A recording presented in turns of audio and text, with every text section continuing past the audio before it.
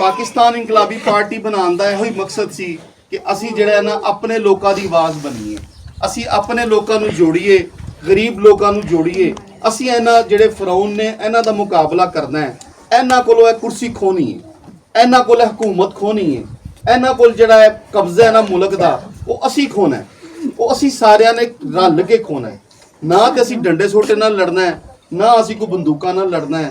साडे कोल एक तरीका है जिस नाल असी इन्हां कोल इकतदार खो सकते हैं, वो है वोट की ताकत।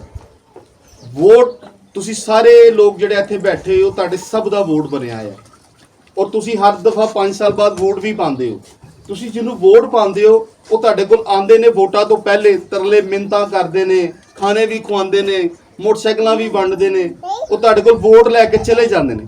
फिर 5 साल जिवें साथी ने दसिया भाई मामर ने कि 5 साल तुहाडी किधरे सुनवाई नहीं हुंदी, वो बंदा तुहानूं किधरे नज़र भी नहीं आंदा, तुहाडी गल भी नहीं सुनदा। हालांकि उहदा हक बनदा है, वो अवामी लीडर है, उन्हें साडा वोट लिता है, उहदा फर्ज बनदा है कि साडे मसाइल सुने, वो साडे मसाइल नूं हल करे। यह एक अवामी लीडर का काम है, लेकिन वो नहीं करते। ऐसी कोई रस्म पाकिस्तान है ही नहीं। इत्थे उन्होंने सियासत नूं कारोबार बनाया है। उस पैसा लाते ने, पैसा ला के इलैक्शन जीतते हैं, इलैक्शन जीत के जाके असैम्बलियां उस पैसे नूं डबल कर लेंगे। मतलब वो अपना वोट उत्थे वेचते हैं। जो स्पीकर कौमी असैम्बली बनना है, डिप्टी स्पीकर कौमी असैम्बली बनना है, मुल्क का सदर बनना है, चेयरमैन का सैनट बनना है, सैनट के इलैक्शन होने ने, हर जगह ते वोट विकदा है। 20-20, 25-25 करोड़ रुपया इन्हां लोकां नूं उत्थे मिलदा है एक बंदे नूं जिहड़ा MNA MPA बन के जांदा है। वो साडा हक हुंदा है।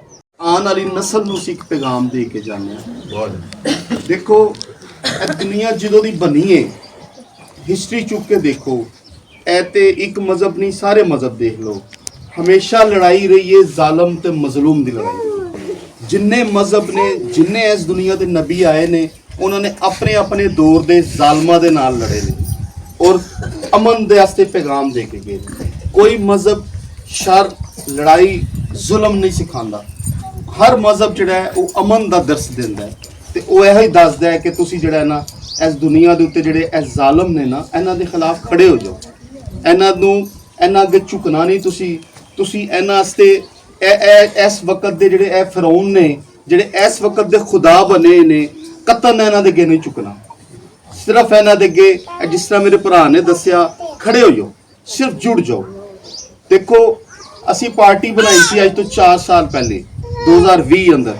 असी पार्टी बनाने का जिहड़ा साडा मकसद सी वो यह सी कि साडी गरीब लोगों की आवाज़ कोई नहीं गी।